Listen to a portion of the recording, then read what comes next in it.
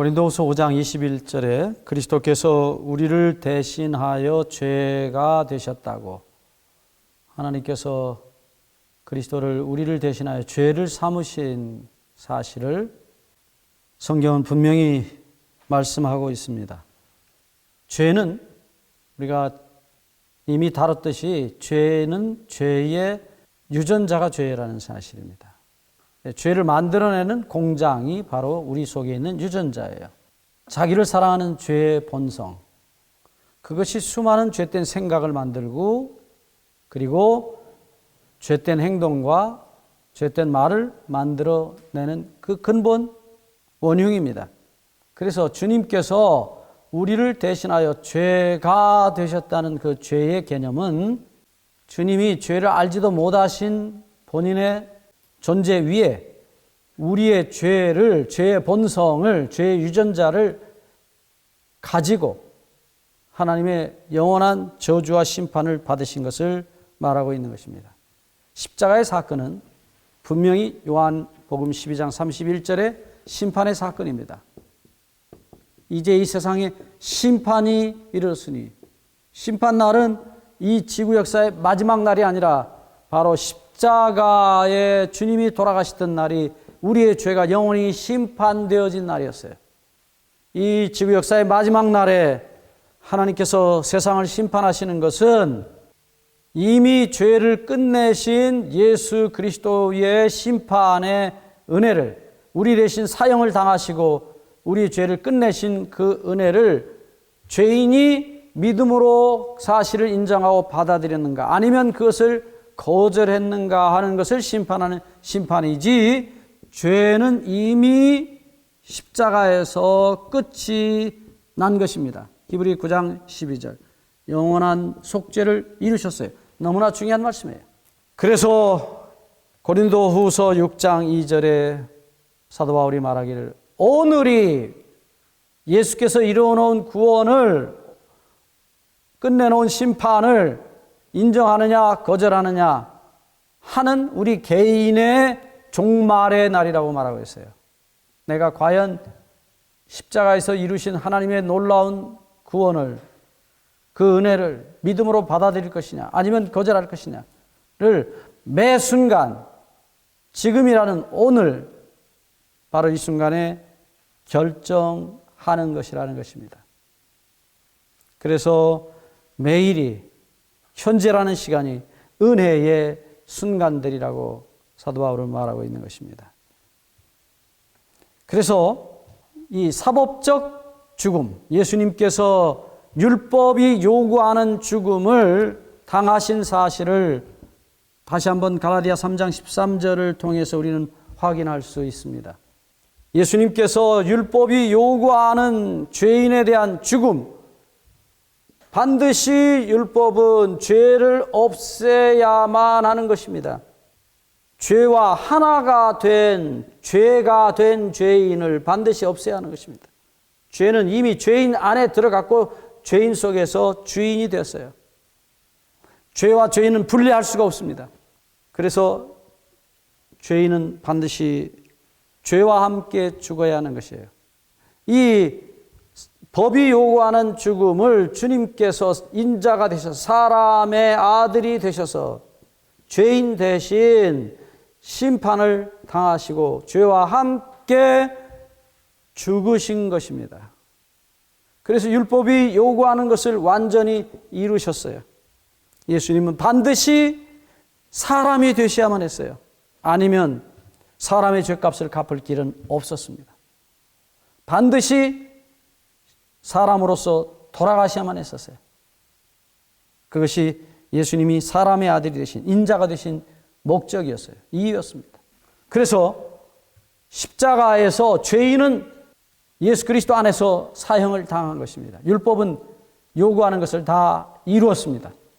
죄를 끝낸 것입니다. 예수님이 우리의 죄와 죄의 본성을 끌어안고, 죄의 열매만 아닙니다. 죄의 뿌리까지, 죄의 유전자까지 함께 다 지고 가신 것입니다. 흔히 사람들이 예수님이 죄의 결과인 죄의 열매, 곧 우리의 밖으로 나타나는 행동과 말, 생각 모든 것입니다. 그러나 그 죄의 뿌리까지 함께 이것 전체를 죄라고 말하는 것입니다. 이것이 함께 그리스도 안에서 죽었다는 것입니다. 그래서 죄는 다시 반복될 수 없습니다. 죄는 철저히, 영원히, 완전히 죽었습니다. 이것을 다시 반복합니다. 이 죽음을 둘째 사망, 영원히 부활이 없는 사망, 영원한 사망이라고 말하고 있어요. 놀라운 희생입니다. 놀라운 희생입니다. 예수께서 우리 대신 영원히 죽으셨다는 것입니다. 다시는 부활할 수 없습니다. 거듭 말씀드리지만 그분은 우리의 아버지이십니다. 우리를 창조하신 아버지이십니다. 그가 만드신 당신의 아들과 딸들의 모든 잘못을 아버지이시기 때문에 다 짊어지고 다 책임지고 영원히 없애신 것입니다. 아버지이십니다. 이사야 9장 6절 다시 반복합니다. 그는 영존하시는 아버지이십니다. 영원한 우리 아버지이십니다. 영원히 우리를 사랑하시는 아버지이십니다. 영원히 우리의 문제를, 우리의 죄를 영원히 해결하시는 아버지이십니다.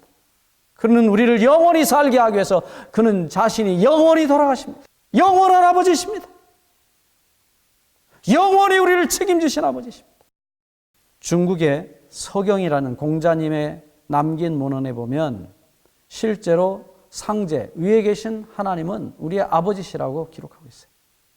중국의 고대인들이 하나님을, 상제를 아버지라고 부른 것은 분명히 에덴 동산에서부터 인류의 조상이 우리 하나님을 어떻게 생각했는지 보여주고 있는 명백한 증거입니다. 이사야 선지자도 이사야서를 기록하면서 분명히 말하기를 그는 당신은 우리의 아버지시라고 말씀합니다. 이사야 63장 16절 주는 우리 아버지시라. 아브라함은 우리를 모르고 이스라엘은 우리를 인정치 아니할지라도 여호와여 주는 우리의 아버지시라. 상고부터 주의 이름을 우리의 구속자라 하셨거늘. 아브라함은, 우리 조상은 우리를 모른다 할지라도 이스라엘이, 곧 이스라엘 민족의 조상 중에 한 사람인 야곱이 이스라엘입니다. 이스라엘이 우리를 인정하지 않을지라도 하나님은 우리 아버지시라고 말씀합니다. 상고부터, 태초로부터 주의 이름을 우리의 구속자라 하였거늘. 왜요? 아버지시기 때문에. 아버지는 자식의 모든 것을 책임지시는 존재. 그는 자식의 구속자이십니다. 오늘 기독교가 타락하면서, 변질되면서 아버지가 아저씨로 변했어요. 돈 만들어주는 아저씨, 복 주시는 산타크로스 아저씨, 병 고쳐주는 박사님으로 변한 것입니다. 빵 만들어주는 빵공장 사장으로 변했어요. 아닙니다. 우리 아버지는 우리의 죄를, 우리의 죽음을, 영원한 사망을 책임지시고 자식의 죄와 사망을 끌어안고 영원히 그것을 해결하시고 자식을 영원히 살게 하신 아버지이십니다. 그는 우리의 아버지시라. 오늘 우리가 믿는 기독교가 돌아가야 될 곳은 아버지의 품이에요. 우리는 아버지를 잃어버렸습니다. 그리고 우리는 돈이라는 아저씨를, 세상의 쾌락과 행복이라는 아저씨를 찾아가고 있는 것입니다. 우리는 돌아가야 합니다. 우리 아버지께로 돌아가야 합니다. 다시 말씀드립니다. 이사야 44장 22절 내가 내 허물을 빽빽한 구름에 사라짐같이 내 죄를 안개에 사라짐같이 도말하였으니 너는 내게로 돌아오라. 하나님께로 돌아가야 될 이유와 근거가 무엇이냐면 죄가 해결되었기 때문인 것입니다. 우리 아버지께로 돌아가야 될 이유는 세상의 쾌락과 행복을 위해서가 아니라 죄를 해결하신 우리 아버지, 그래서 죄로 인하여, 우리의 죄로 인하여 영원히 돌아가신 아버지, 그리고 우리를 영원히 살게 하신 아버지, 주께로 돌아가야 합니다. 우리 하늘 아버지가 우리에게 정말 주시기를 원하시는 것이 무엇입니까? 이 세상에서의 잠깐의 행복입니까? 그리고 영원히 죽어서 없어져 버리는 것입니까? 아닙니다. 영원한 행복입니다. 영원한 생명입니다. 자식이 영원히 행복하기를 원하시는 것입니다. 영원히 살기를 원하시는 것입니다. 그것이 우리 아버지의 가장 간절한, 가장 큰 소원입니다. 다시 반복합니다. 중요한 얘기입니다. 예수님이 이 땅에 오신 이유는 우리를 영원히 살게 하시기 위해서 우리를 영원히 죽이는 죄를 없애기 위하여 오셨습니다. 우리 대신 영원한 죽임을 당하시기 위하여 오셨습니다. 요한복음 12장 27절 28절 다시 반복합니다. 마지막 성전에 서셔서 양이 죽어가는 모습을 바라보면서 당신의 죽음을 바라보았습니다. 그리고 하늘을 향하여 하나님 아버지께 외칩니다. 아버지여, 내 마음이 지금 심히 민망하오니 말할 수 없이 괴롭고 힘드오니 아버지, 길이 있다면 이 마지막 십자가의 영원한 죽음, 내가 짊어져야 될 자식들의 죄, 그리고 죽어야 될 영원한 죽음을 면하게 해 주십시오. 그러나 아버지, 내가 이를 위하여 이때에 왔나이다.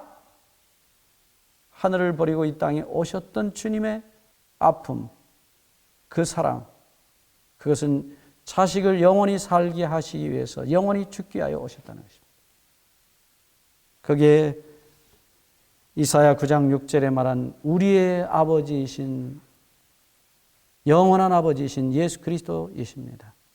한 아기가 우리에게 주어진 바 되었으니, 한 아들이 우리에게 주어진 바 되었으니 그 이름은 영존하시는 아버지라고 말씀합니다. 바로 우리 그 아버지의 용서의 가슴으로 돌아가기를 다시 한번 간절히 바랍니다.